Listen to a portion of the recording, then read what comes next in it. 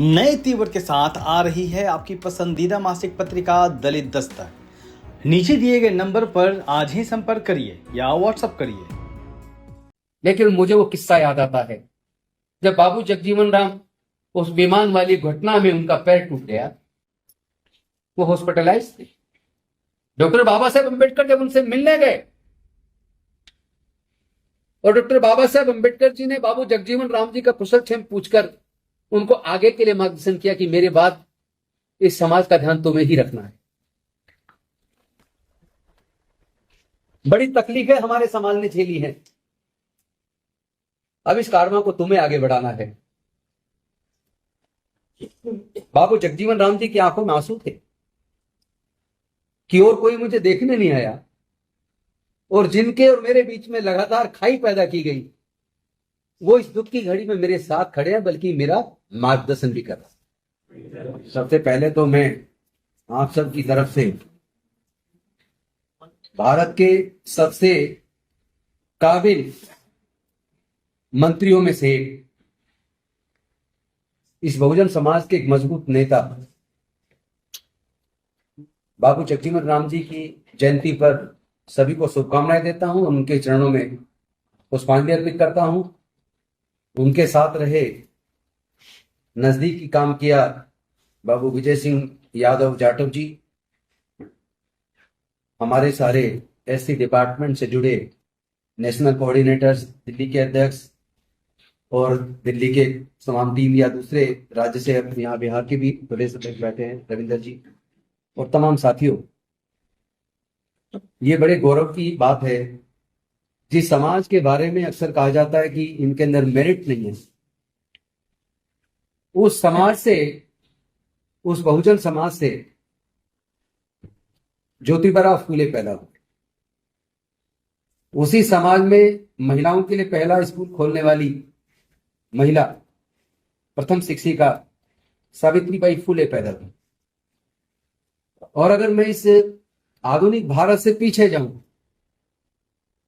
तो उसी समाज के पिछड़े वर्ग से शाक्य वंश में दुनिया को शांति और मानवता के संदेश के साथ साथ समता, स्वतंत्रता, बंधुता, न्याय, प्रज्ञाशील, करुणा, मैत्री की मार्ग दिखाने वाले पूरी दुनिया में जिनका सिद्धांत और विचार फैला और स्वीकार किया गया और आज तेजी से फैल रहा है, तथागत गौतम बुद्ध, वो भी उसी समाज में पैदा हुए। संत कबीर, संत गुरु रविदास, संत तुकाराम, गुरु घासीदास, संत गाडगे बाबा, सब उसी समाज में पैदा हुए। और इस समाज की खासियत यह है कि यह समाज शुरू से वैज्ञानिक दृष्टिकोण अपनाता है। शुरू से पूरे इतिहास को पढ़ लो, इस समाज में कहीं भी अंधविश्वास, पाखंडवाद को नहीं माना। जो धर्म अंधविश्वास, पाखंडवाद की बात करता है वो धर्म इस देश के, भारत के मूल निवासियों का नहीं है। हमारे देश के मूल निवासी प्रकृति पूजक थे। वो सूर्य की पूजा करते थे, वो चंद्रमा की पूजा करते थे, वो नदियों की पूजा करते थे, वो पहाड़ों की पूजा करते थे, वो वायु की पूजा करते थे, वो अग्नि की पूजा करते थे, यानी प्रकृति की पूजा करते थे। क्योंकि प्रकृति से ही हमें सब कुछ मिलता है। हमें खाना, पानी, हवा, सब कुछ प्रकृति से मिलता है। तो हम लोग तो प्रकृति पूजक हैं। हम इंसान के बनाए हुए भगवान की बजाय उस प्रकृति की पूजा करते हैं जिस प्रकृति ने सभी को कुछ न कुछ दिया है। हमारे इतिहास में और उनके इतिहास में बहुत बड़ा अंतर है। हमारा इतिहास, हमारे महापुरुषों का इतिहास पक्षपात नहीं सिखाता, किसी का उत्पीड़न करना नहीं सिखाता, अंधविश्वास में पाखंडवाद नहीं सिखाता। लेकिन उनका इतिहास छल कपट से भरा है, अंधविश्वास, पाखंडवाद से भरा है, नफरत से बड़ा है, उत्पीड़न से बड़ा है।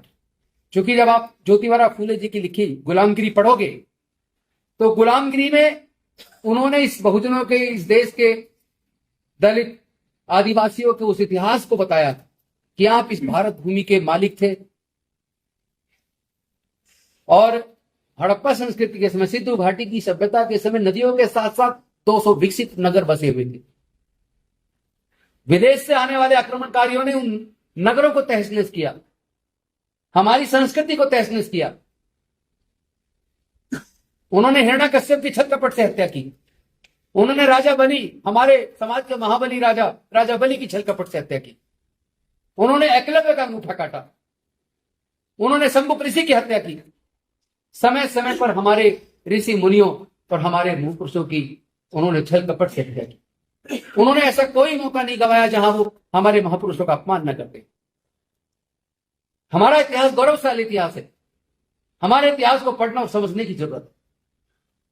हमारे इतिहास को तोड़ मरोड़ के पेश किया गया।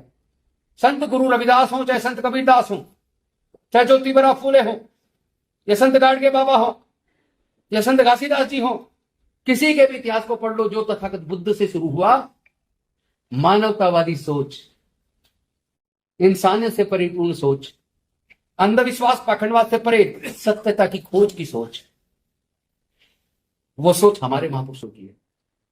और उस विघटनकारी सोच ने, उस नफरती सोच ने बाबा साहेब अंबेडकर और बाबू जगजीवन राम के बीच भी भेद करने की कोशिश की। उनको अलग अलग तरीके से प्रेषित किया, ऐसे प्रेषित किया जैसे दोनों एक दूसरे के विपरीत हों।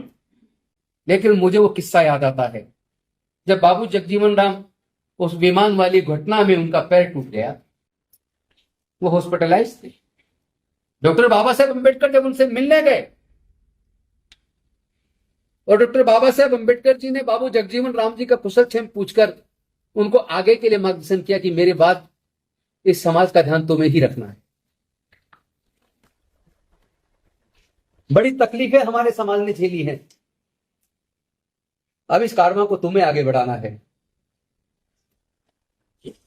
बाबू जगजीवन राम जी की आंखों में आंसू थे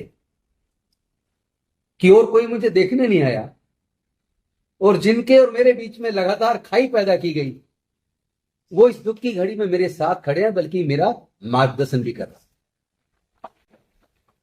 और ये बात मुझे याद है, अंबेडकर जयंती के उपलक्ष्य में बाबू जगजीवन राम जी ने मद्रास के अंदर बाबा साहेब की जयंती पे शामिल होते हुए उन्होंने उस बात को उजागर किया कि किस तरह गलत तरीके से बाबा साहेब और जगजीवन राम जी के रिश्ते को प्रेषित किया गया। उन्होंने कहा कि आज ये समय की मांग है कि हमें डॉक्टर बाबा साहेब अंबेडकर जी के विचार पर चल के अपने शिक्षा के रास्ते को दुरुस्त करना है। हमारे नौकरियों के अवसर कम खत्म हो रहे हैं, शिक्षा धीरे धीरे हाथ से छिन रही है। यानी उस वक्त उन्होंने अनुमान लगा लिया, उसके प्रति जागृत पैदा करने की बात उस वक्त बाबू जगजीवन राम जी ने कही थी। तो अगर आप विचार को देखेंगे तो डॉक्टर बाबा साहेब अंबेडकर जी जिस तरह समाज को आगे ले जाना चाहते थे, समाज की तरक्की करना चाहते थे, समाज के हक और अधिकार को सुरक्षित करना चाहते थे, जो उन्होंने संविधान के अंदर रिजर्वेशन की व्यवस्था करके समाज के आगे बढ़ने का रास्ता बनाया था। 6 दिसंबर 1956 को डॉक्टर बाबा साहेब अंबेडकर तो महापरिनिर्वाण को प्राप्त हो गए। उसके बाद डॉक्टर बाबा साहेब अंबेडकर के विचार को भारत के हर मंत्रालय में पूरे देश के अंदर लागू करने का काम किसने किया? तो वो बाबू जगजीवन राम। बाबू जगजीवन राम और डॉक्टर बाबा साहेब अंबेडकर के बीच में कोई मतभेद नहीं था। बाद में अंतिम समय में, बाबा साहेब के अंतिम समय में, तो बाबू जगजीवन राम जी और बाबा साहेब अंबेडकर बड़े नजदीक आए, और बाबा साहेब के जाने के बाद तो बाबा साहेब के विचार को आगे बढ़ाने का काम बाबू जगजीवन राम जी ने किया। ये हमारे आपके सबके लिए गौरव की बात है। लेकिन इस सच्चाई को भी स्वीकार करना होगा कि जो कांग्रेस की सोच थी वो न्यायवादी सोच थी। अगर कांग्रेस चाहती और वो अगर इस देश के दलित, वंचित, आदिवासियों के खिलाफ होती तो डॉक्टर बाबा साहेब अंबेडकर जी के महापरिनिर्वाण प्राप्त करने के बाद वो सारी हमारी विकास की स्कीम को रोक सकती थी। लेकिन कांग्रेस की विचारधारा ईमानदारी से भरी हुई थी।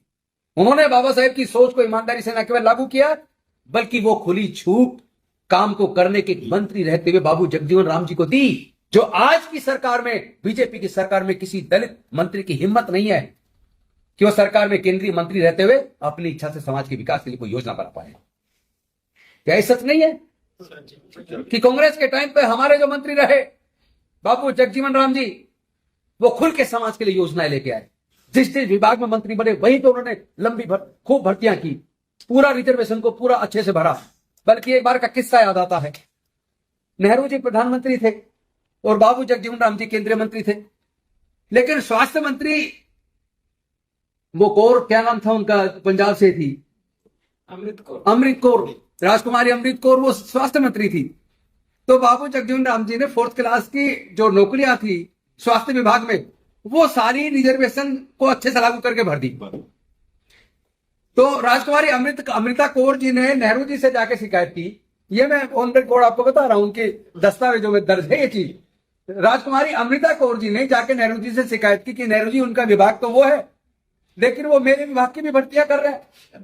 तो नेहरू जी ने कहा कि सारे ऊपर तुम हो, अगर कोर्ट क्लास की नौकरियों में वो अपने समाज को ला रहे तो तुम्हें क्या आपत्ति कर लेने में? क्या आज कोई करने देगा? नहीं। तो जब न्यायवादी सोच हो तो हर चीज संभव है।